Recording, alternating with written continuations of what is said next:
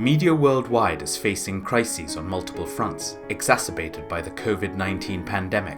Reporters Without Borders released its 2020 World Press Freedom Index on April 21st, noting that the coronavirus is being used by authoritarian governments to implement shock doctrine measures that would be impossible in normal times.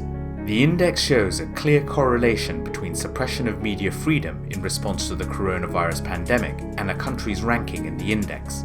Of the 180 countries and territories in the index, Iran, ranked at 173, censored its coronavirus outbreaks extensively.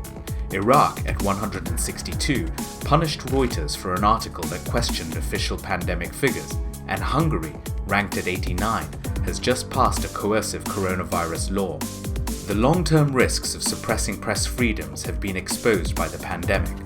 As the death toll mounts amidst an economic crisis of unprecedented proportions, promoting transparent reporting is a global necessity. Yet several countries stand accused of acting too late in warning the world about the timing and extent of the threat. The World Press Freedom Index illustrates the oppression of journalists from north to south, and the pandemic in its own right seems to have fermented. In Myanmar, Voice of Myanmar's editor was arrested recently and charged with terrorism for interviewing a representative of the Arakan Army, a rebel group fighting for regional autonomy. Even the president of the world's most powerful democracy has described the press as the enemy of the people. Ultimately, the freedom of the press can only be guaranteed by a coordinated global effort, public awareness, and a focus on the long-term advantages of a more critical world.